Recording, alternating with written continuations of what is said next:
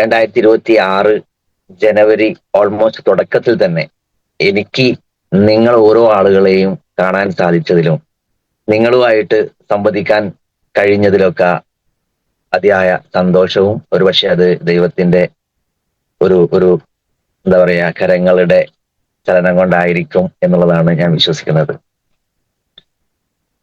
2026 എല്ലാ ആളുകളും പറയുന്നത്, ഇപ്പോ ജസ്റ്റ് ഞാൻ കയറിയ സമയത്തും സുരേന്ദ്രൻ സാർ പറഞ്ഞത്, ഇതൊരു നമ്മുടെ വർഷമായിട്ട് അല്ലെങ്കിൽ ഇതൊരു വ്യത്യസ്തമായിട്ടുള്ള ഒരു വേറിട്ട ഒരു വലിയ എന്തോ ഒരു മാറ്റത്തിന് വേണ്ടിയിട്ടുള്ള വർഷമായിട്ട് ആവും അല്ലെങ്കിൽ തുടരും എന്നുള്ളതായിരിക്കും.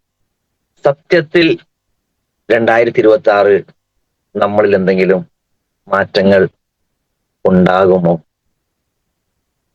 നമ്മളിൽ 2026 എന്ത് മാറ്റാണ് ഉണ്ടാവാൻ പോകുന്നത്? ഞാന് ഒരുപക്ഷെ ഒരു മോട്ടിവേഷൻ എന്നുള്ളതിലേക്കാട്ടിലും ഉപരിയായിട്ട് ചില യാഥാർത്ഥ്യങ്ങളിലൂടെ പോവുകയാണെങ്കിൽ വിഷമമൊന്നും ആവില്ലല്ലോ. അങ്ങനെയാണെങ്കിൽ എൻ്റെ ഒരു അഭിപ്രായ പ്രകാരം 2026 നമ്മളിൽ ഒരു മാറ്റം ഉണ്ടാവില്ല.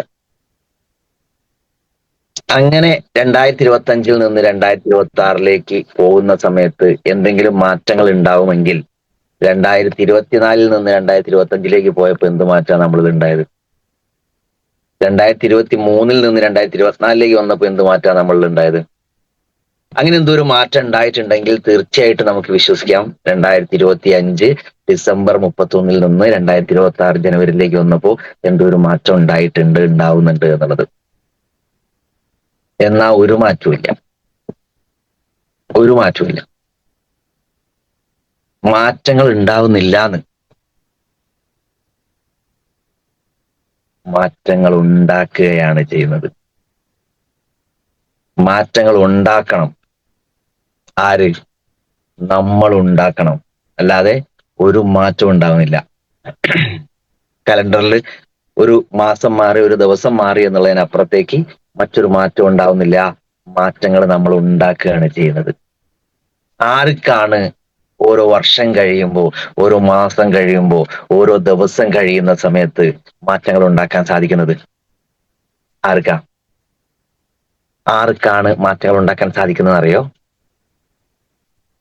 കോമൺ ആയിട്ട് പറയുവാണെങ്കിൽ നമ്മൾ ജനങ്ങളെ രണ്ടായിട്ട് വിലയിരുത്താറുണ്ട്. ഒന്ന്, പണക്കാരൻ അല്ലെങ്കിൽ മെച്ചപ്പെട്ടവൻ. രണ്ട്, സാധാരണക്കാരൻ അല്ലെങ്കിൽ പാവപ്പെട്ടവൻ എന്നുള്ളത്. സാധാരണക്കാരനല്ല ഒരു പരിധി വരെ മാറ്റങ്ങൾ ഉണ്ടാക്കുന്നത് മെച്ചപ്പെട്ടവനാണ്. അതെന്താ കാരണം എന്നറിയോ? 100% പറഞ്ഞത്, ഒരു പരിധി വരെ. അതിനുള്ള കാരണം എന്താണെന്നറിയോ? ആർക്കാണ് മാറ്റങ്ങൾ ഉണ്ടാക്കാൻ സാധിക്കുന്നതെന്ന് ചോദിച്ചു കഴിഞ്ഞാൽ റെസ്പോൺസിബിലിറ്റി എടുക്കുന്നവന് മാത്രമേ മാറ്റങ്ങൾ ഉണ്ടാക്കാൻ സാധിക്കുന്നുള്ളൂ. ഉത്തരവാദിത്തങ്ങൾ എടുക്കുന്നവന് മാത്രമേ മാറ്റങ്ങൾ ഉണ്ടാക്കാൻ സാധിക്കുന്നുള്ളൂ. അല്ലാത്ത ആളുകളോ? ഇന്നലെ വരെ വലിയ റെസ്പോൺസിബിലിറ്റി ഒന്നും എടുക്കാത്ത ഒരു വ്യക്തിയെ സംബന്ധിച്ചിടത്തോളം അവന്റെ പ്രവർത്തന മേഖലയിൽ അവൻ ചെയ്യേണ്ടത് എന്താണ്, അത് മാത്രം ഇങ്ങനെ ചെയ്തു പോകുന്ന ഒരു ഒഴുക്കിനനുസരിച്ച് നീങ്ങുന്ന ഒരാളെ സംബന്ധിച്ചിടത്തോളം പ്രത്യേകിച്ച് വലിയ മാറ്റങ്ങളൊന്നും ഉണ്ടാക്കാൻ പറ്റില്ല. ആ ഒഴുക്ക് നിൽക്കുമ്പോൾ അയാൾ നിൽക്കും, ആ ഒഴുക്ക് വരുന്ന സമയത്ത് അതിനോടൊപ്പം പോകും. എന്നല്ലാതെ ഒഴുക്കിനെതിരെ ഒലിക്കാൻ അല്ലെങ്കിൽ നീന്താൻ ആ ഒഴുക്കിനെ മാത്രം ആശ്രയിച്ചു പോകുന്ന ഒരാൾക്കും സാധിക്കില്ല. അപ്പൊ ഉത്തരവാദിത്തങ്ങൾ എടുക്കാത്ത ഒരു വ്യക്തിക്കും 2025 നിന്ന് 2026 കടന്നപ്പോ ഒരു മാറ്റം ഉണ്ടാവുന്നില്ല എന്നുള്ളതാണ് യാഥാർത്ഥ്യം. എന്നാൽ ഈ ഉത്തരവാദിത്തം എടുക്കുന്ന വർഷമായിട്ട് നമ്മൾ 2026 മാറ്റുകയാണെങ്കിൽ തീർച്ചയായിട്ടും അവിടെ വലിയ ഒരു മാറ്റം നമ്മളെ കാത്തിരിക്കുന്നുണ്ട്. ഇന്നലകളിലെ നമ്മളിൽ നിന്നും ഇന്നിലെ നമ്മളിലേക്ക്, 2025 നമ്മളിൽ നിന്നും 2026 നമ്മളിലേക്ക്. ഇല്ലെങ്കിൽ സംഭവിക്കുന്നത് എന്താ? ഇല്ലെങ്കിൽ സംഭവിക്കുന്നത് 2026 ഡിസംബർ 28 എന്തായിരുന്നോ അതേപോലെ തന്നെ 29 29 എന്തായിരുന്നോ അതേപോലെ 30 അതേപോലെ 31 അതേപോലെ തന്നെ അത് കഴിഞ്ഞ 1. സത്യമല്ലേ പറഞ്ഞത്? ചിന്തിച്ചു നോക്ക്. നിങ്ങൾക്ക് വിചാരിക്കും ഞാൻ രാവിലെ തന്നെ ഇവിടെ വന്ന് കട്ട മോട്ടിവേഷൻ തരാൻ വേണ്ടി വന്നതാണ്. അല്ല, ഞാൻ യാഥാർത്ഥ്യങ്ങളിലൂടെ ഇങ്ങനെ പോകും. അതിൽ കുറച്ച് മോട്ടിവേഷനും കാര്യങ്ങളൊക്കെ ഉണ്ടാവും, അത്ര തന്നെ. അങ്ങനെയാണ് എങ്കിൽ ആരാണ് ഈ ഉത്തരവാദിത്തം എടുക്കുന്നത്? ആർക്കാണ് ഈ ഉത്തരവാദിത്തം എടുക്കാൻ പറ്റുക? എന്താണ് ഇത്ര ഉത്തരവാദിത്തം? എന്തിന്റെ ഉത്തരവാദിത്തമാണ് എടുക്കേണ്ടത്? ചിലർ പറയും സാറേ ഞാൻ റെഡിയാണ് ഉത്തരവാദിത്തം എടുക്കാൻ, പക്ഷെ എന്താണ് ഞാൻ ചെയ്യേണ്ടത്? ഞാൻ എന്ത് ഉത്തരവാദിത്തമാണ് എടുക്കേണ്ടത് എന്ന് പറയുന്ന ആളുകളെ സംബന്ധിച്ചിടത്തോളം എന്ത് ഉത്തരവാദിത്തം ചോദിച്ചു കഴിഞ്ഞാൽ നമ്മുടെ ചിന്തകളുടെയും നമ്മുടെ പ്രവൃത്തികളുടെയും ഉത്തരവാദിത്തം. നമ്മുടെ ചിന്തകളുടെയും നമ്മുടെ പ്രവൃത്തികളുടെയും ഉത്തരവാദിത്തം നമ്മൾ എടുക്കാൻ സാധിക്കുകയാണെങ്കിൽ മാത്രമേ നമുക്ക് വലിയ നേട്ടങ്ങൾ ഉണ്ടാക്കാനും പറ്റൂ എന്നുള്ളതാണ് യാഥാർത്ഥ്യം. അങ്ങനെ എടുക്കാൻ തയ്യാറാവുമോ? അങ്ങനെ എടുക്കാൻ തയ്യാറാവുകയാണെങ്കിൽ നമ്മുടെ ഭാഗത്തു നിന്ന് ഒരു തെറ്റ് വന്നാൽ, നമ്മൾ ഒരു തെറ്റ് വന്നു അല്ലെങ്കിൽ ഒരു തെറ്റ് ചെയ്തു, എത്ര ആളുകൾ അതിന്റെ ഉത്തരവാദിത്തങ്ങൾ എടുക്കാറുണ്ട്? അതെങ്ങനെയുണ്ട് മറ്റുള്ളവന്റെ തലയിൽ ഇടുക എന്നുള്ളതാണ് ഭൂരിപക്ഷം ആളുകൾ നോക്കാറുള്ളത്. അല്ലെങ്കിൽ നമുക്കൊരു വീഴ്ച വന്നു, നമ്മൾ എന്തോ ഒരു ടീമിനകത്ത് നമുക്കൊരു വീഴ്ച വന്നു, ആ വീഴ്ചയുടെ ഉത്തരവാദിത്തം നമ്മൾ എത്ര പേരെടുക്കാറുണ്ട്? കുറഞ്ഞ ആളുകൾ മാത്രം, ഇല്ലേ? ഇപ്പൊ ചില ലീഡർമാര്, ചില നേതാക്കന്മാരൊക്കെ, രാഷ്ട്രീയ നേതാക്കന്മാരൊക്കെ പറയുന്നത് ഞാൻ കേട്ട്, കഴിഞ്ഞ തെരഞ്ഞെടുപ്പിൽ പോലും പറഞ്ഞത് കേട്ടിന്, ആര് എന്നുള്ളതല്ല, ഇത് ഈ മണ്ഡലം ഞങ്ങൾ ജയിക്കുക തന്നെ ചെയ്യും, ജയിച്ചിട്ടില്ലെങ്കിൽ അതിന്റെ പൂർണ്ണ ഉത്തരവാദിത്തം എനിക്ക്. ചിലർ പറയും ജയിച്ചിട്ടില്ലെങ്കിൽ ഞാൻ പാതി മീശ എടുക്കും അല്ലെങ്കിൽ തല മൊട്ടയടിക്കും. കാരണം ആ ഉത്തരവാദിത്വം, ജയിച്ചിട്ടില്ലെങ്കിൽ ആ ഉത്തരവാദിത്തം എനിക്ക് എന്ന് പറഞ്ഞു കഴിഞ്ഞാൽ ആ റെസ്പോൺസിബിലിറ്റി ആളെ ഏറ്റെടുക്കുന്നു എന്നുള്ളതാണ്. അദ്ദേഹത്തിന്റെ ചിന്തകളുടെയും അദ്ദേഹത്തിന്റെ പ്രവൃത്തികളുടെയും ഉത്തരവാദിത്തം അദ്ദേഹത്തിന് മാത്രമാണ് എന്നുള്ളതാണ് യാഥാർത്ഥ്യം. ഇങ്ങനെ പറയാറുണ്ട്, വേണമെങ്കിൽ ചിതയിൽ നിന്ന് പോലും നമുക്ക് എഴുന്നേറ്റ് വരാൻ സാധിക്കും, പക്ഷെ നമ്മുടെ ചിന്തകളിൽ നിന്ന് നമുക്ക് ഒരിക്കലും എഴുന്നേറ്റ് വരാൻ പറ്റില്ല എന്ന്. അതായത് നമ്മൾ എന്താണോ ചിന്തിക്കുന്നത് അത് തന്നെയാണ് നമ്മൾ. നെഗറ്റീവാണ് ചിന്തിക്കുന്നതെങ്കിൽ നമ്മുടെ പ്രവൃത്തികളും അങ്ങനെ തന്നെ ആയിരിക്കും. നമ്മുടെ പോസിറ്റീവാണ് നമ്മൾ ചിന്തിക്കുന്നതെങ്കിൽ നമ്മുടെ ചിന്തകളും നമ്മുടെ പ്രവൃത്തികളും ഒക്കെ ആ രീതി തന്നെയായിരിക്കും. അപ്പൊ എന്താണോ നമുക്ക് റിസൾട്ട് വേണ്ടത് അതിനനുസരിച്ച് പ്രവർത്തിക്കുക, എന്ത് പ്രവൃത്തിയാണോ വേണ്ടത് അതിനനുസരിച്ച് ചിന്തിക്കുക എന്നുള്ളത് മാത്രമേ ഉള്ളൂ. അപ്പൊ നമ്മുടെ റിസൾട്ടും നമ്മുടെ ചിന്തകളും തമ്മിൽ വലിയ കണക്റ്റഡ് ആണ്. അപ്പൊ എവിടെ മാറ്റം വരുത്തിയാൽ എവിടെ റിസൾട്ട് മാറും എന്നുള്ളതാണ് ഞാൻ പറഞ്ഞു വന്നത്. പ്രവൃത്തി മാറ്റിയത് കൊണ്ട് മാത്രം കാര്യമില്ല. നമ്മളെ ഉള്ളിലുള്ള ചിന്ത നെഗറ്റീവാണ്, നമ്മൾ പോസിറ്റീവായിട്ട് പ്രവർത്തിക്കാൻ തയ്യാറാവുക. അതൊരു യാദൃശ്ചികമായിട്ട് ഇങ്ങനെ ചെയ്യുന്ന പോലെ അല്ലെങ്കിൽ ഒരു ആക്ട് ചെയ്യുന്ന പോലെ മാത്രമാണ്, മറ്റുള്ള ആളുകളെ കാണിക്കാൻ വേണ്ടി മാത്രം. ചില ആളുകൾ അങ്ങനെ ഉണ്ടല്ലോ, പൊതു സമൂഹത്തിന് മുമ്പിലുള്ള വ്യക്തിത്വമല്ല അതിന്റെ പിറകിൽ, അല്ലെങ്കിൽ സ്ക്രീനിന്റെ മുന്നിലുള്ള വ്യക്തിത്വമല്ല സ്ക്രീനിന്റെ പിറകിൽ. ആ സാധനം മാറ്റിയിട്ട് ഞാൻ എന്താണോ ചിന്തിക്കുന്നത് അത് തന്നെ ആവുന്ന അവസരം. ഞാൻ നെഗറ്റീവ് ആണെങ്കിൽ ഓട്ടോമാറ്റിക്കലി ആ അവസ്ഥയിലേക്ക്, ഞാൻ പോസിറ്റീവ് ആണെങ്കിൽ ഓട്ടോമാറ്റിക്കലി ആ അവസ്ഥയിലേക്ക്, ആ രീതിയിലേക്ക് നമ്മൾ മാറാൻ തയ്യാറാവുക. അപ്പൊ എവിടെയാണ് മാറ്റം വരുത്തേണ്ടത്? മാറ്റം വരുത്തേണ്ടത് ഇവിടെയാണ് എന്നുള്ളതാണ് യാഥാർത്ഥ്യം. അല്ലാതെ നമ്മുടെ പ്രവൃത്തിയിൽ മാറ്റം വരുത്തിയിട്ട് കാര്യമില്ല, മാറ്റം വരുത്താൻ പറ്റില്ല. നമ്മൾ ശ്രമിച്ച് നോക്കുകയാണ്, ആക്ട് ചെയ്ത് നോക്കുകയാണ് പ്രവൃത്തിയിലേക്ക്.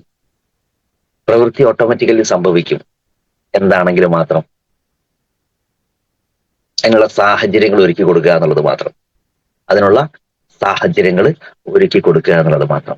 എന്നാൽ ഇത്തരം ഉത്തരവാദിത്തങ്ങൾ എടുക്കുന്ന ആളുകളിൽ കാണുന്ന ഒരുതരം മൈൻഡ് സെറ്റും ഇത്തരം ഉത്തരവാദിത്തങ്ങൾ എടുക്കാത്ത ആളുകളിൽ കാണുന്ന ഒരുതരം മൈൻഡ് സെറ്റും ഉണ്ട്.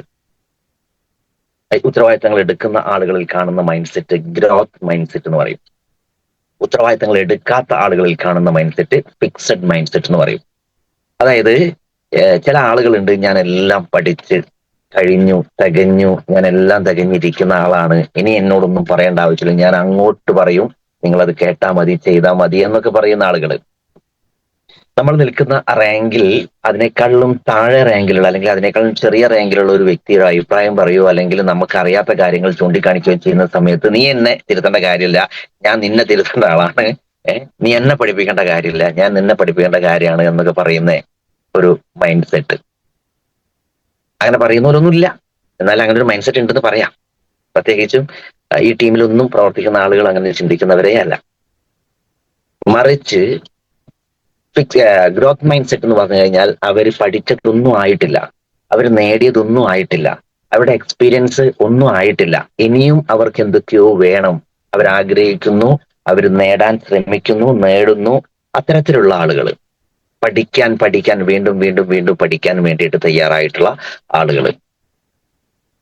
അത് എവിടെ നിന്ന് എന്നുള്ളതല്ല, ആരിൽ നിന്ന് എന്നുള്ളതല്ല, അറിവുള്ളവനിൽ നിന്ന്. നമ്മളെക്കാട്ടിലും എന്തെങ്കിലും ഒരു കാര്യത്തിന് അറിവ് നമ്മളെക്കാട്ടിലും ചെറിയവൻ എന്ന് കരുതുന്നവനിൽ നിന്ന് കിട്ടാൻ നമുക്ക് സാധ്യതയുണ്ട് എന്ന് മനസ്സിലായി കഴിഞ്ഞാൽ അത് നേടാൻ നമ്മൾ തയ്യാറാവണം. അല്ലാതെ എങ്ങനെയാ ഞാൻ CTC അല്ലേ, ഞാൻ എങ്ങനെ ഒരു TCയോടൊക്കെ ചോദിക്കുക, അല്ലെങ്കിൽ ഒരു TCയുടെ അടുത്ത് ഒരു അഭിപ്രായം കിട്ടിക്കഴിഞ്ഞാൽ, അല്ലെങ്കിൽ എന്തെങ്കിലും ഒരു കാര്യം എനിക്ക് അറിയാത്തത് ചോദിച്ചു കഴിഞ്ഞാൽ മോശമായി പോവോ? എന്ത് മോശം? ആർക്ക് മോശം? അത് നമ്മൾ തോന്നുകയാണ്. ആ ഒരു നെഗറ്റീവ് തോട്ട്സിന്റെ, അല്ലെങ്കിൽ ഒരു ഒരു ഒരു ഫിക്സഡ് മൈൻഡ് സെറ്റുകാരന്റെ മാത്രം കാഴ്ചപ്പാടാണ്. അറിവുള്ളവൻ ആരിൽ നിന്നാണെങ്കിലും സർ, നിങ്ങളത് സ്വീകരിക്കാൻ തയ്യാറാവും ഇല്ലേ? പുഴയെക്കാട്ടിലും അരുവികളെക്കാട്ടിലും വലുതല്ലേ സമുദ്രം, സാഗരം എന്ന് പറയുന്നത്. എന്നിട്ടും എത്ര എത്ര ലിറ്റർ കണക്കിന് ജലമുണ്ടായിട്ടുള്ള ഈ സാഗരത്തില് വീണ്ടും ആ നദിയെയും അല്ലെങ്കിൽ ആ പുഴയെയും അതിൽ നിന്നും വരുന്ന വെള്ളത്തെ സ്വീകരിക്കല്ലേ ചെയ്യുന്നത്? ഇതിൽ വെള്ളമില്ലായിട്ടാണോ? ആ സ്വീകരിക്കാനുള്ളൊരു മനസ്സില്ലേ?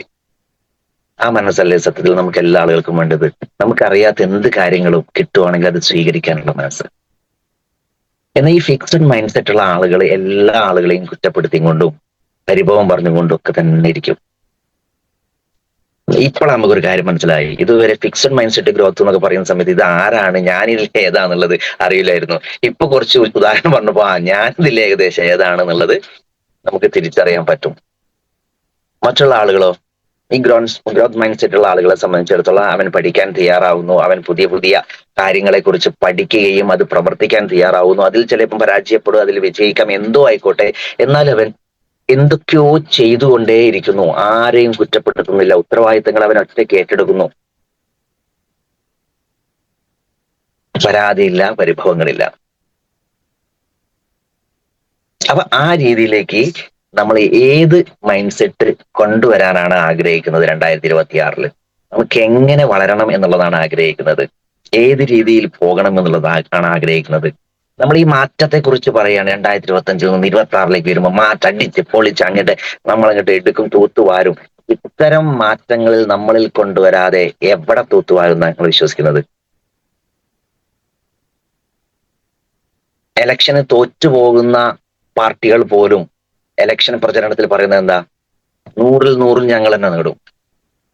എന്നിട്ട് യാഥാർത്ഥ്യം വന്നു നോക്കുന്ന സമയത്തോ വട്ടപൂജ്യവും. ഇത് തന്നെയായിരിക്കും നമ്മളിലുള്ള അവസ്ഥവും. നമ്മൾ 2025 അവസാനിക്കുമ്പോൾ അല്ലെങ്കിൽ 2026 തുടക്ക സമയത്ത് നമ്മൾ പറയും ഈ വർഷം 100-ൽ 100 എന്റെ തന്നെയാണ്. എന്നിട്ട് 2026 ഡിസംബർ ആകുമ്പോൾ ഒന്നും കൂടിയും അതൊന്ന് പഠിക്കണം, എന്താണ് സംഭവിച്ചത്, എവിടെയാണ് പ്രശ്നം പറ്റിയത് എന്നുള്ളത് അല്ലേ?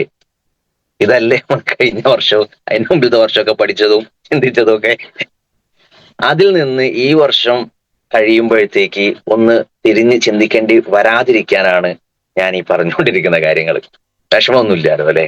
ഞാൻ ഒരിക്കലും നിങ്ങളെ ആരെയും സംബന്ധിച്ചിട്ടല്ല പറയുന്നത്. കോമൺ ആയിട്ടുള്ള ഒരു ഫ്രെയിം അതിൽ നിന്നുകൊണ്ടാണ് ഞാൻ പറയുന്നത്. അതിൽ നിങ്ങൾക്കാണ് തീരുമാനിക്കേണ്ടത് എനിക്ക് എന്തെങ്കിലും മാറ്റങ്ങൾ വരുത്തണോ, അല്ലെങ്കിൽ ഞാനെല്ലാം എനിക്ക് മാറ്റങ്ങൾ വരുത്തണ്ടേ എന്നുള്ളത്. നമ്മളൊരു ഐഡിയൽ ലൈഫിനെ കുറിച്ചിട്ട് ചിന്തിക്കുക.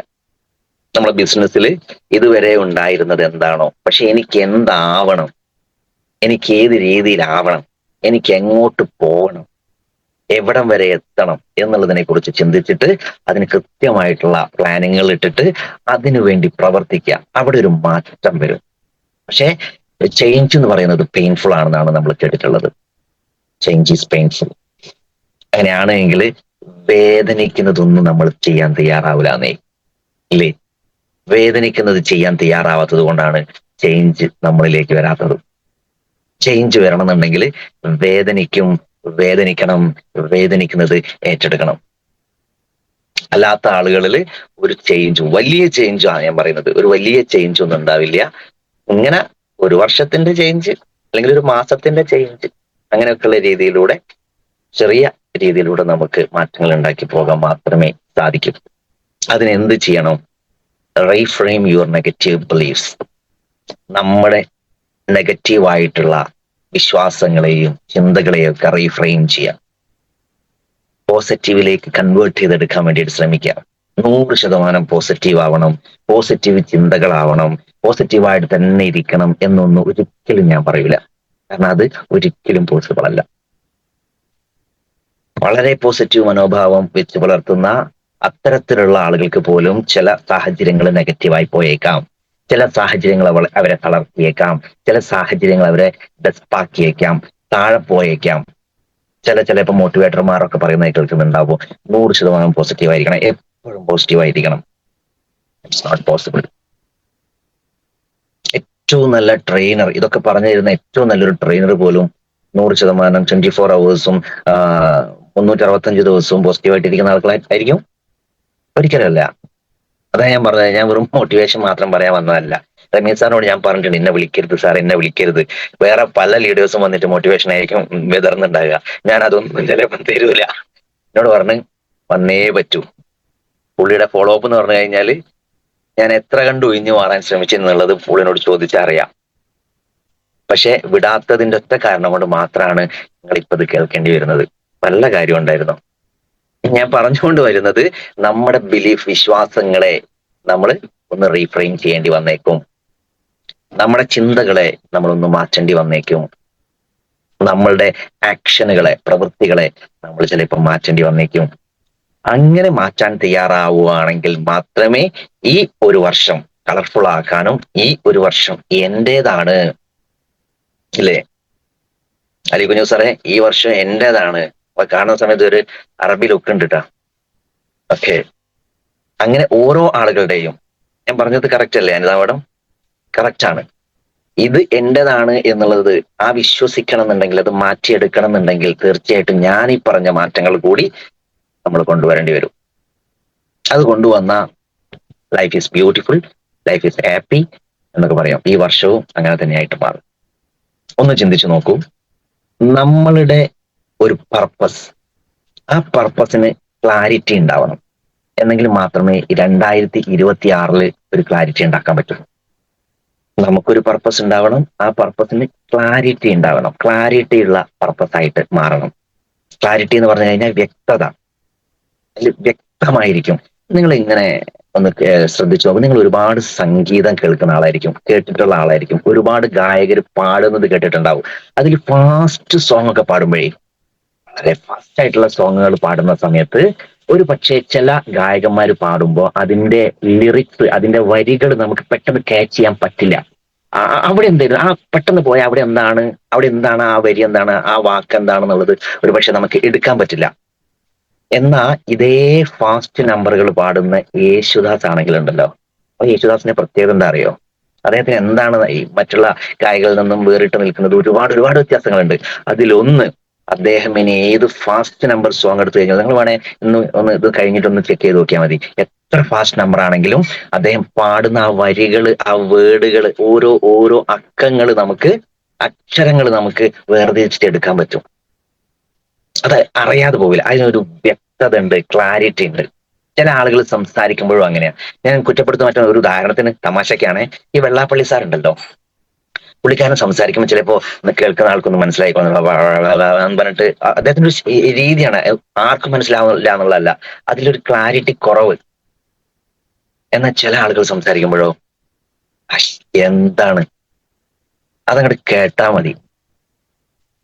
ചില ആളുകൾ സംസാരിക്കുന്ന വാക്കുകളുടെ അല്ലെങ്കിൽ അക്ഷരങ്ങളുടെ ഒക്കെ വ്യക്തത ഉണ്ടെങ്കിലും അദ്ദേഹം സംസാരിക്കുന്നത് എന്താണെന്നുള്ളത് അദ്ദേഹത്തിനും അറിയുന്നുണ്ടാവില്ല, നമുക്ക് അറിയുന്നുണ്ടാവില്ല. ചില ആളുകൾ പറയും ഇങ്ങനെ, ഈ ക്രൂഡ് ഓയിലിന്റെ വില മാറുന്ന സമയത്ത് ഇവിടുത്തെ പെട്രോളിന്റെ ഡീസലിന്റെ ഒക്കെ വില മാറുമ്പോൾ ഇതാവുമ്പോ എന്നൊക്കെ പറഞ്ഞ് ലാസ്റ്റ് അവസാനിപ്പിക്കുമ്പോൾ നമ്മൾ ചിന്തിക്കും, എന്തെന്നാ ഇപ്പൊ പറഞ്ഞത്? അദ്ദേഹത്തിനോട് ചോദിച്ചു കഴിഞ്ഞാൽ അത് തന്നെ റിപ്പീറ്റ് ചെയ്യാന്നുള്ളതല്ലാതെ അദ്ദേഹത്തിനും അറിയുന്നുണ്ടാവില്ല എന്താ പറഞ്ഞെന്നുള്ളത്, കേട്ടാ നമുക്കും അറിയുന്നുണ്ടാവില്ല. അതായത് ഒരു വ്യക്തത ഇല്ലാത്ത ഒരു പ്രശ്നം. നമ്മുടെ ബിസിനസ്സിനകത്തും ഇത്തരത്തിലുള്ള വ്യക്തത ഇല്ലായ്മ നമ്മുടെ ബിസിനസ്സിനെ താഴോട്ട് വലിക്കാനോ അല്ലെ വലിയ വളർച്ച ഇല്ലാതാക്കാനോ കഴിഞ്ഞേക്കാം. അപ്പോ നമ്മൾക്ക് എന്തിനകത്താണെങ്കിലും, നമ്മുടെ പർപ്പസിനകത്താണെങ്കിലും, നമ്മുടെ ചിന്തകൾക്കകത്താണെങ്കിലും, നമ്മുടെ പ്രവൃത്തികൾക്കകത്താണെങ്കിലും കൃത്യമായിട്ടുള്ള വ്യക്തത ഉണ്ടായിരിക്കണം. ആ രീതിയിലാണ് നമ്മൾ പോകുന്നത് എങ്കിൽ തീർച്ചയായിട്ടും 2026 ആരുതായിരിക്കും ധാരാണി ഉസ്താദെ? അത് നമ്മൾ തന്നെയായിരിക്കും. അതിലൊരു തർക്കവും വേണ്ട. അതെ അതെ, ആ രീതിയിലേക്ക് നമ്മളൊരു റെസ്റ്റോറന്റ് പോയി കഴിഞ്ഞാലേ, നിങ്ങളൊക്കെ പല റെസ്റ്റോറന്റുകളിലും പോയാലേ, റെസ്റ്റോറന്റ് പോയി കഴിഞ്ഞാൽ പ്രധാനമായിട്ടും പല റെസ്റ്റോറന്റുകളിലും ആദ്യം അവര് മുമ്പൊക്കെ നമ്മളൊരു ചായക്കടയിൽ പോയി കഴിഞ്ഞാൽ എന്താ ഉള്ളതെന്ന് ചോദിച്ചു കഴിഞ്ഞാൽ പൊറോട്ട, ചപ്പാത്തി, പുട്ട്, നൂൽപുട്ട്, അത് ഇത് അങ്ങനെ അങ്ങനെ ഒരു ലിസ്റ്റ് അങ്ങോട്ട് പറയുകയായിരുന്നു ചെയ്യുക. ഇന്ന് പറയാനൊന്നും ആരും കിട്ടുന്നില്ലേ? ഇന്ന് ഓരോരു കിതാബ് എടുത്ത് മുന്നിൽ കൊണ്ട് ചോദിച്ചു തരും, മെനു കാർഡ് എന്ന് പറയും.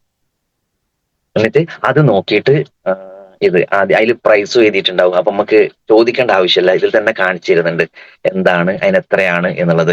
അത് നോക്കി നോക്കി 1 പേജ് 2 പേജ് 3 പേജൊക്കെ മറിച്ച്, ചിലപ്പോൾ മൊത്തം മറിച്ച് നോക്കിയിട്ട് അതിൽ ചിലപ്പോൾ ഏറ്റവും വില കുറവുള്ളതായിരിക്കാം, അല്ലെങ്കിൽ ഏറ്റവും നമുക്ക് ഇഷ്ടമുള്ളതായിരിക്കാം, ഏറ്റവും ടേസ്റ്റി ആയിട്ടുള്ളതായിരിക്കാം, ഏറ്റവും വെറൈറ്റി ഉള്ളതായിട്ടായിരിക്കാം. എന്ത് തന്നെയാണെങ്കിലും ഒരു കാര്യം ഉറപ്പാണ്, നമുക്ക് ആവശ്യമുള്ള കുറച്ചെണ്ണം മാത്രമാണ് നമ്മൾ അതിൽ നിന്നും ചൂസ് ചെയ്യുന്നത്. Right or not?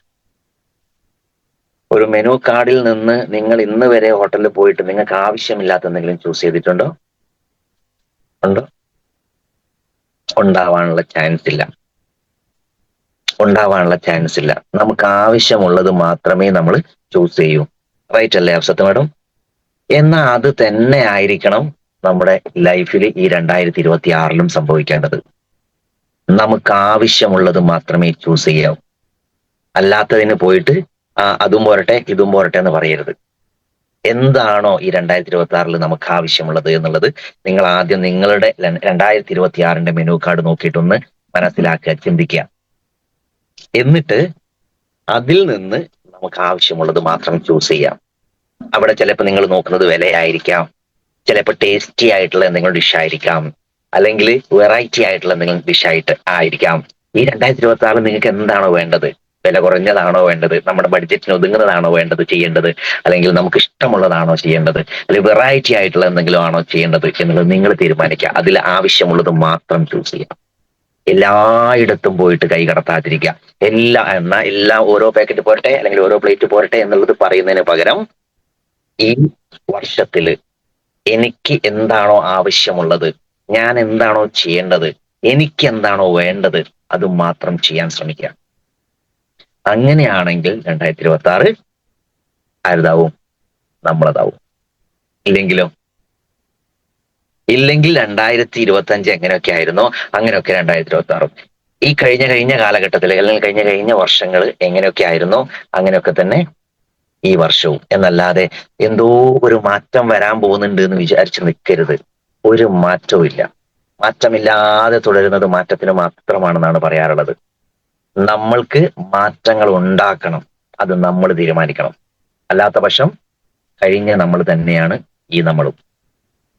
ഈ നമ്മൾ തന്നെയായിരിക്കും അടുത്ത വർഷത്തിൽ നമ്മളും. അത് കറക്റ്റ് അല്ലേ സുരേന്ദ്രേട്ടാ? അത് അങ്ങനെ തന്നെയാണ് വരിക, അല്ലാണ്ട് വേറെ അതിലൊന്നുമില്ല. നമ്മൾ മാറാൻ തയ്യാറാവുക. ഇല്ലെങ്കിലോ ഈ കാലം ഒരുപക്ഷെ നമ്മളെ തന്നെ മാറ്റിക്കളയും. അതിനെ കാത്തിരിക്കണോ? അതിന് കാത്തിരിക്കണ്ട. നമ്മൾ തയ്യാറാവുക. എന്നിൽ എന്തൊക്കെ മാറ്റങ്ങൾ, ഇത്തരം മാറ്റങ്ങൾ ഈ ബിസിനസ്സിനകത്ത് മനസ്സിലാക്കാൻ വേണ്ടി ഞാൻ എന്തൊക്കെ മാറ്റങ്ങൾ എടുക്കണം, ഞാൻ എന്തൊക്കെ ഉത്തരവാദിത്തങ്ങളാണ് എടുക്കേണ്ടത്, ഞാൻ എങ്ങനെയാണ് വർക്ക് ചെയ്യേണ്ടത്, ഞാൻ എങ്ങനെയാണ് പെരുമാറേണ്ടത് എന്നൊക്കെ നമുക്ക് ഏറ്റവും കൂടുതലായിട്ട് എളുപ്പത്തിൽ പഠിക്കാനും മനസ്സിലാക്കാനും സാധിക്കുന്നത് ഒരുപാട് മീറ്റിങ്ങുകളിലൂടെയും ഒരുപാട് ട്രെയിനിങ്ങുകളിലൂടെയും ഒക്കെയാണ്. എന്നാൽ മീറ്റിങ്ങിനോ ട്രെയിനിങ്ങിനോ ഒക്കെ വിളിക്കുന്ന സമയത്തോ മീറ്റിങ്ങിനൊന്നും വിളിക്കണ്ട, ട്രെയിനിങ്ങിനൊന്നും ഞാനുള്ള സമയം കിട്ടില്ല, പക്ഷെ ഞാൻ എന്താണോ ചെയ്യേണ്ടത് ഞാൻ ചെയ്തോളാം. ലീഡേഴ്സ് കൂടിയിരിക്കുന്ന സമയത്ത് അയ്യോ അതിനൊന്ന് വെച്ചെന്നുള്ളത് അത് ഞാനും അതിനെ കൊടുത്തിട്ടുണ്ട് എന്ന് പറയുന്ന ഒരു മാറ്റം ഉണ്ടാക്കാൻ പോകില്ല. ചുമ്മാ പറയുക മാത്രമാണ് ചെയ്യുന്നത്. ഞാനുണ്ട്, ഞാൻ അത് ചെയ്തോളൂ എന്നുള്ളതല്ലാതെ ചിലർ പറയുക ഈ ഒരാഴ്ച കൂടി കഴിഞ്ഞാണ്ടല്ലോ എന്നോട് പറഞ്ഞിട്ടുണ്ട്. കുറച്ച് മാറി നിൽക്കുന്ന ഇനാക്റ്റീവ് ആയിട്ടുള്ള പല ആളുകളും പറഞ്ഞിട്ടുണ്ട്, ഇത് കഴിഞ്ഞ വർഷമാണല്ലോ പറയുന്നത്, അടുത്ത വർഷം ഞാനിതാ ഇറങ്ങുകയാണ്, ഇറങ്ങിക്കഴിഞ്ഞാൽ പിന്നെ പിടിച്ചാൽ കിട്ടൂല കേട്ടോ. അവർ പറഞ്ഞ് സത്യമാണ്, ചെറിയൊരു വ്യത്യാസമുണ്ട്. ഇറങ്ങിയിട്ടില്ല, ഇപ്പോഴും പിടിച്ചാൽ കിട്ടുന്നില്ല. അവിടുത്തെ വ്യത്യാസം മാത്രമേ ഉള്ളൂ. അതായത് അത്തരത്തില് നിങ്ങൾ ഇപ്പൊ എന്ത് ചെയ്യുന്നു അതിനനുസരിച്ച് മാത്രമാണ് റിസൾട്ട് കേട്ടോ. അല്ലാതെ ഒരാഴ്ച കഴിഞ്ഞിട്ട് ചെയ്യുന്നതിനോ ഒരു മാസം കഴിഞ്ഞിട്ട് ചെയ്യുന്നതിനെ കുറിച്ചുള്ള റിസൾട്ടിനെ കുറിച്ച് നിങ്ങൾ ചിന്തിക്കരുത്. ചെയ്യാൻ പോകുന്ന കാര്യത്തിനെ കുറിച്ചിട്ട് എന്ത് റിസൾട്ടാണ് നിങ്ങൾ പ്രതീക്ഷിക്കുന്നത്? നിങ്ങൾ ഇപ്പൊ ചെയ്യുന്നതിന്റെ റിസൾട്ടാണ് നാളെ നിങ്ങൾ അനുഭവിച്ചുകൊണ്ടിരിക്കുന്നത്. ഇപ്പൊ ചെയ്യുന്ന പ്രവൃത്തിയുടെ റിസൾട്ടാണ് നാളെ നിങ്ങൾ അനുഭവിച്ചുകൊണ്ടിരിക്കുന്നത്. ഇന്ന് നിങ്ങൾ അനുഭവിച്ചുകൊണ്ടിരിക്കുന്ന റിസൾട്ട് കഴിഞ്ഞ ദിവസങ്ങളിലോ കഴിഞ്ഞ കാലഘട്ടങ്ങളിലോ ചെയ്തതിന്റെ പ്രവൃത്തിയുടെ ഫലമാണ്. അപ്പോ നമ്മൾ നാളെ എന്താവണം എന്നുള്ളത് നമ്മൾ തീരുമാനിക്കണം. നാളത്തെ ഞാൻ ആരാണ്? 2026 ഞാൻ ആരാണ്? ജനുവരിയിലെ ഞാൻ ആരാണ്? മാർച്ചിലെ ഞാൻ ആരാണ്? ഡിസംബറിലെ ഞാൻ ആരായിരിക്കണം എന്നുള്ളത് നമ്മൾ ഒരു തീരുമാനം എടുത്ത് ഇന്ന് മുതലേ പ്രവർത്തിച്ച് തുടങ്ങുക. അല്ലാത്ത പക്ഷത്തിലൊന്നും വെറുതെ ഇങ്ങനെ വേദാന്തം ഓതുക എന്നുള്ളതല്ലാതെ ഒരു കാര്യം ഉണ്ടാവില്ല. യാഥാർത്ഥ്യമായിട്ട് അതിനൊരു ബന്ധം ഉണ്ടാവില്ല. മാറ്റങ്ങൾ അത് നമ്മളിൽ നിന്ന് തുടങ്ങണം. ഈ ട്രെയിനിങ്ങുകളോ ഈ മീറ്റിങ്ങുകളോ ഒക്കെ വന്നിരിക്കണം എന്ന് പറയുന്ന സമയത്ത് ചില ആളുകൾ പറയാറുണ്ട്, കഴിഞ്ഞ ആഴ്ച കേട്ട FSS തന്നെയല്ലേ, അല്ലെങ്കിൽ കഴിഞ്ഞ ആഴ്ചയിലെ അതേ GTS തന്നെ, അതേ ഹാള് തന്നെയല്ലേ, അതേ ആള് തന്നെയല്ലേ എടുക്കുന്നത്, അതെന്ത് മാറ്റമുള്ളത്? ചിലരുടെ ധാരണ ഇതാണ്, ഇത്തരം മീറ്റിങ്ങുകളിലൂടെയും ട്രെയിനിങ്ങുകളിലൂടെയും ഒക്കെ നമുക്ക് ഇങ്ങനെ എന്തോ മൈൻഡിലേക്ക് തരാൻ വേണ്ടി മാത്രമാണ്, നമുക്ക് എന്തൊക്കെയോ സ്വീകരിക്കാൻ വേണ്ടി മാത്രമാണ് ഇതൊക്കെ തരുന്നത് ചെയ്യുന്നത് എന്നുള്ളതാ. എന്നാൽ അങ്ങനെയല്ല. ഇത്തരം ട്രെയിനിങ്ങുകളിലൂടെ ഇങ്ങോട്ടേക്ക് നിറയ്ക്കുന്നതിനപ്പുറത്തേക്ക് ഇവിടെ നിന്ന് ആവശ്യമില്ലാത്തത് എടുത്ത് ഒഴിവാക്കുക കൂടി ചെയ്യുന്ന പ്രവൃത്തിയാണ് ട്രെയിനിങ്ങുകൾ. നമുക്ക് നിറയ്ക്കാൻ വേണ്ടിയിട്ട് മാത്രമല്ല, ആവശ്യമില്ലാത്തതിനെ എടുത്ത് കളയുക കൂടി വേണം. അതും ഈ ഒരു പ്രോസസ്സിനകത്ത് നടക്കും. നമ്മുടെ എക്സ്പീരിയൻസ് കൂട്ടണം, എന്നാലേ വിജയിക്കാനായിട്ട് സാധിക്കും. എക്സ്പീരിയൻസ് കൂട്ടണം എന്താക്കണം? രണ്ട് ടൈപ്പിലാണ് നമ്മൾ എക്സ്പീരിയൻസ് എന്ന് പറയുന്നത് ചെയ്ത് ഉള്ള ശീലാണ്. അതായത് നമ്മൾ സാധാരണഗതിയിൽ അറിവ് സമ്പാദിക്കണം എന്ന് പറയും. അറിവ് ഒരു തിയറിറ്റിക്കലായിട്ട് കിട്ടുവാണെങ്കിൽ അതിനെ എക്സ്പീരിയൻസ് ആക്കി മാറ്റുന്ന സമയത്താണ് നമുക്ക് റിസൾട്ട് ഉണ്ടാവുന്നത്. ചില ആളുകളുണ്ട്, ഇതിൽ രണ്ട് ടൈപ്പ് ആളുകളുണ്ട്. ചിലർ ഇരുന്ന് പഠിക്കും, എല്ലാ മീറ്റിങ്ങിനും പോകും, എല്ലാ ട്രെയിനിങ്ങിനും പോകും, എന്ത് കാര്യങ്ങൾ ലീഡേഴ്സ് വിളിക്കുകയാണെങ്കിൽ അവിടെ പോയിരിക്കും. പഠിച്ച് അയാൾ ഒരു എൻസൈക്ലോപീഡിയ ആയിരിക്കും. ലോകത്തുള്ള എന്ത് കാര്യങ്ങൾ ചോദിച്ചു കഴിഞ്ഞാലും അദ്ദേഹത്തിന് അറിയാൻ പറ്റുന്നതായിരിക്കും. പക്ഷേ ഒരു വക ഫീൽഡിലേക്ക് പോകില്ല. പിന്നെ ഇവിടുന്ന് എക്സ്പീരിയൻസ് ഉണ്ടാവുക. എന്നാൽ ചില ആളുകളുണ്ട് 24 hours ഫീൽഡിലായിരിക്കും. രാവിലെ ഇറങ്ങിക്കഴിഞ്ഞാൽ നേരെ ഈ പക്ഷികളൊക്കെ നിലത്തേക്ക് ഇറങ്ങുന്നതിനേക്കാളും മുമ്പേ നമ്മൾ സുട്ടും കോട്ടും ഇട്ട് ഇറങ്ങും. രാത്രി നട്ടപ്പാതിന നേരത്താണ് തിരിച്ച് കയറി വരിക. ഒരു റിസൾട്ട് ഉണ്ടാവില്ല. കാരണം അവനൊന്നും അറിയില്ലാന്നേ, അവന്റെ മൈൻഡിൽ ഒന്നുമില്ല, അവനൊന്നും പഠിച്ചിട്ടില്ല. അപ്ഡേറ്റ് ആവണം. അന്നന്ന് അപ്ഡേറ്റ് ആവണം. അപ്ഡേറ്റ് ആയിട്ടില്ലെങ്കിൽ എന്താ സംഭവിക്കുക? നമുക്ക് പിടിച്ചു നിൽക്കാൻ പറ്റില്ല. നമ്മൾ ആ ഫീൽഡിൽ നിന്ന് ഔട്ടായി പോകും. അപ്ഡേറ്റ് ആവാത്ത ആളുകളെ കുറിച്ച് നിങ്ങളൊന്ന് സങ്കല്പിച്ച് നോക്കൂ. ഫീൽഡിൽ നിന്ന് ഔട്ടായി പോയിട്ടില്ലേ? അപ്ഡേറ്റ് ആവാത്ത ആളുകളെ നിങ്ങളൊന്ന് സങ്കല്പിച്ച് നോക്കൂ. ഫീൽഡിൽ നിന്ന് ഔട്ടായി പോയിട്ടില്ലേ? പണ്ട് കാറുകളിൽ രാജാക്കന്മാരായിട്ടുണ്ടായിരുന്ന, ഇന്ത്യൻ നിരത്തുകളിൽ അങ്ങോട്ടും ഇങ്ങോട്ടും വിലസിയിട്ടുണ്ടായിരുന്ന, ചീറിപ്പാഞ്ഞിട്ടുണ്ടായിരുന്ന അംബാസിഡർ എന്ന് പറഞ്ഞിട്ടുള്ള ഒരു ബ്രാൻഡ് ഇന്ന് നമുക്ക് കാണാൻ കിട്ടുന്നുണ്ടോ? വാച്ചുകളിൽ രാജാക്കന്മാരായിട്ടുണ്ടായിരുന്ന HMT എന്ന് പറയുന്ന ഒരു വാച്ചിനെ നമുക്ക് ഇന്ന് കാണാൻ കിട്ടുന്നുണ്ടോ? ക്യാമറകളിൽ രാജാക്കന്മാരായിട്ടുണ്ടായിരുന്ന കൊഡാക്ക് എന്ന് പറഞ്ഞിട്ടുള്ള ഒരു ക്യാമറയിൽ നിന്ന് നമുക്ക് കാണാൻ കിട്ടുന്നുണ്ടോ? ഇതൊക്കെ എവിടെ പോയി? എങ്ങോട്ടാ പോയത്? അപ്ഡേഷൻ തയ്യാറായില്ല. നിങ്ങൾ അപ്ഡേഷൻ തയ്യാറായിട്ടില്ലെങ്കിൽ എവിടെ എത്തില്ല? എവിടെ എത്തില്ല. അറിയാത്ത കാര്യങ്ങൾ അറിഞ്ഞിട്ടും അറിഞ്ഞ കാര്യങ്ങൾ പറഞ്ഞിട്ടും ചെയ്തിട്ടും ഒക്കെ നമ്മൾ അപ്ഡേറ്റ് ആയിക്കൊണ്ടേയിരിക്കാം. ഞാനിപ്പോ ഇവിടെ നോക്കുന്ന സമയത്ത് നമ്മുടെ മനോഹരനായിട്ടുള്ള തൊപ്പിയിട്ടിരിക്കുന്ന ധാരാണി ഉസ്താദ് നേരെ പോയിട്ട് എന്തോ ബോർഡിൽ എഴുതി വെച്ചിട്ടുണ്ട്. അതെന്താ എഴുതി വെച്ചെന്നുള്ളത് ഞാൻ ഇവിടെ നിന്ന് കാണുന്നില്ല. എഴുതാൻ പോയതും എന്തോ ഒരു സാധനമായിരിക്കാം. ഇപ്പോഴത്തേക്കുള്ളതോ നാളുകളിലേക്കുള്ളതോ മറ്റാർക്കോ കൊടുക്കാനുള്ളതോ നമ്മുടെ ചിന്തകളെ വീണ്ടും ഒന്ന് ഉത്തേജിപ്പിക്കുന്നതോ ആയിട്ടുള്ള എന്തെങ്കിലും കാര്യങ്ങളായിരിക്കാം. അവർ പക്ഷെ ഞാൻ പറയുന്നത് ആയിക്കോളെന്നല്ല പറഞ്ഞത്. എവിടുന്നോ ചിലപ്പോ എന്റെ ഈ ഒരു സെഷനിൽ ഇരിക്കുന്ന സമയത്ത് വേറെ എവിടുന്നോ കയറി വന്നതായിരിക്കാം. എന്ത് തന്നെ ആണെങ്കിലും അദ്ദേഹം അത് നോട്ട് ചെയ്ത് വെച്ചു അവിടെ പോയിട്ട്. അത് ഞാൻ കണ്ടു. അതൊരു പക്ഷെ അപ്ഡേഷന്റെ ഭാഗമാണ്. എനിക്കിത് ആവശ്യമുണ്ട് നാളുകളിൽ, അല്ലെങ്കിൽ ഈ ഒരു ബിസിനസ്സിൽ, അല്ലെങ്കിൽ എന്റെ ജീവിതത്തിൽ എനിക്കിത് ആവശ്യമുണ്ട്, ഞാൻ ഉപയോഗിക്കും എന്നുള്ളത്. നമ്മൾ ഓരോ ആളുകളും അപ്പപ്പോ അപ്ഡേറ്റ് ആയിട്ടില്ല എങ്കിൽ നമ്മുടെ വളർച്ചേനെ അത് പ്രതികൂലമായിട്ട് ബാധിച്ചേക്കാം. അപ്പൊ നമ്മൾ ചെയ്യേണ്ട കാര്യങ്ങൾ നമ്മൾ ചെയ്യേണ്ട സമയത്ത് നമ്മൾ ചെയ്യേണ്ട പോലെ തന്നെ ചെയ്യണം. മാറി നിൽക്കാൻ തയ്യാറാണെങ്കിൽ നമ്മൾ മാറ്റപ്പെടുക എന്നുള്ളതല്ലാതെ ഈ ബിസിനസ്സിനകത്ത് വലിയ മാറ്റങ്ങൾ കൊണ്ടുവരാനൊന്നും നമുക്ക് പറ്റില്ല, സാധിക്കില്ല. അപ്പൊ മാറി നിൽക്കുകയല്ല വേണ്ടത്, ചേർന്ന് നിൽക്കുകയാണ് വേണ്ടത്, ഒരുമിച്ച് നിൽക്കുകയാണ് വേണ്ടത്. അപ്പോഴാണ് എന്ത് സംഭവിക്കുന്നത്? എന്താണോ സംഭവിക്കേണ്ടത് അത് സംഭവിക്കുന്നത് ഒരുമിച്ച് നിൽക്കുന്ന സമയത്ത്. ഒരിക്കലോ ഒരു രാത്രി പകലിനോട് ചോദിച്ചിട്ടുണ്ട്, പകലെ നിനക്കാണോ എനിക്കാണോ കൂടുതൽ ഭംഗി എന്നുള്ളത്. അപ്പോ ഈ പകല് പറഞ്ഞു, നിനക്കുമല്ല എനിക്കുമല്ല കൂടുതൽ ഭംഗി, നമ്മൾ ഒന്നിക്കുന്ന സംഗമത്തിനാണ് ഏറ്റവും കൂടുതൽ ഭംഗി എന്നുള്ളത്. അതായത് രാവുമല്ല പകലുമല്ല, അതിന്റെ ഇടയിൽ ഒരു സമയമുണ്ട്, സന്ധ്യാനേരം. ആ സമയത്തിനാണ് ഏറ്റവും കൂടുതൽ ഭംഗി എന്നുള്ളത്. നമ്മൾ മനസ്സിലാക്കേണ്ട കാര്യം ഇതാണ്, രണ്ടും രണ്ടായിട്ട് വേറിട്ട് നിൽക്കുമ്പോഴല്ല ഭംഗി കൂടുന്നത്, രണ്ടും ഒരുമിക്കുന്ന സമയത്ത്, അല്ലെങ്കിൽ എല്ലാം ഒരുമിക്കുന്ന സമയത്ത്, സംഗമിക്കുന്ന ആ ഒരു സംഗമ സമയത്തിനാണ്, സ്ഥാനത്തിനാണ് ഏറ്റവും കൂടുതൽ ഭംഗി. മനുഷ്യബന്ധങ്ങളും മറ്റുമൊക്കെ അങ്ങനെ തന്നെയാണ്. വേറിട്ട് നിൽക്കുന്ന സമയത്ത് നമുക്ക് ഭംഗി കുറവായിരിക്കും, ഒരുമിച്ച് ചേരുന്ന സമയത്ത് ഭംഗി കൂടുതലായിരിക്കും. ഭംഗിയിൽ മാത്രമല്ല, ഒരുമിച്ച് ചേരുന്ന സമയത്ത് മാത്രമാണ് നമുക്ക് എന്തിനു വേണ്ടിയിട്ടാണോ ഒരുമിക്കുന്നത് അത് നേടിയെടുക്കാനും വളരെ ഈസി ആവുക, എളുപ്പമാവുക. അല്ലെങ്കിൽ വലിയ ബുദ്ധിമുട്ടായിരിക്കും. നമ്മുടെ ബന്ധങ്ങൾ എന്നൊക്കെ പറയുന്നത് കൺപീലികളെ പോലെ ആവണം.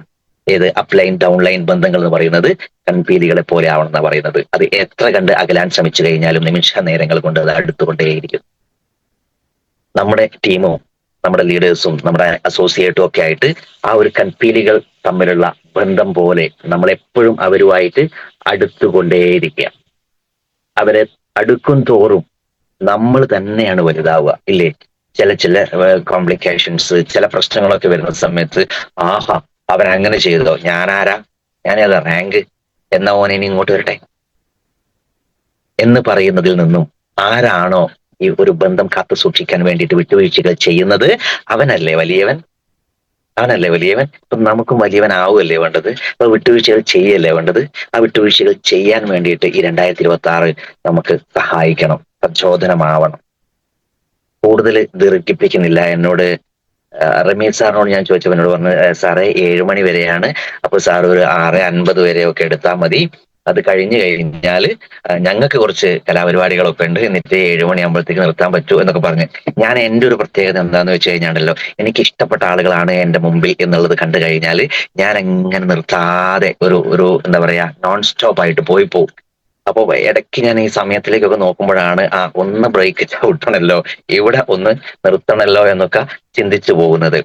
ഇത്രയും പോസിറ്റീവ് ആയിട്ടുള്ള നിങ്ങളെ മുഖത്തേക്ക് നോക്കുന്ന സമയത്ത്, നിങ്ങളെ കണ്ണുകളിലേക്ക് നോക്കുന്ന സമയത്ത് എനിക്കും സത്യത്തിൽ നിർത്താനൊന്നും തോന്നുന്നില്ല. എങ്കിലും നിർത്തിയിട്ടില്ലെങ്കിൽ ഞാൻ നിങ്ങളോട് ചെയ്യുന്ന ഏറ്റവും വലിയ ചതിയായി പോകും എന്നുള്ളത് കൊണ്ടും ഞാൻ ഇപ്പോൾ അവസാനിപ്പിക്കുകയാണ്. ഇന്നത്തെ ഈ ഒരു പ്രോഗ്രാമിന് ഞാൻ വന്നതുകൊണ്ട് ഈ വാക്കുകളിൽ നിന്ന് നിങ്ങൾക്ക് എന്തെങ്കിലും ഒരു പ്രചോദനം കിട്ടിയിട്ടുണ്ടെങ്കിൽ, എവിടെയെങ്കിലും എന്റെ വാക്കുകൾ നിങ്ങളെ സ്പർശിച്ചിട്ടുണ്ടെങ്കിൽ അത് ഉപയോഗപ്പെടുത്തിയിട്ട് ഈ 2026 വലിയൊരു മാറ്റങ്ങൾ ഉണ്ടാക്കാൻ ഞാൻ നിങ്ങളോട് റിക്വസ്റ്റ് ചെയ്യാണ്. ആ മാറ്റങ്ങളാണ് ഇന്ന് ഞാൻ വന്നതിൽ എനിക്ക് നിങ്ങളിൽ നിന്നും കിട്ടാവുന്ന ഏറ്റവും വലിയ പ്രതിഫലം.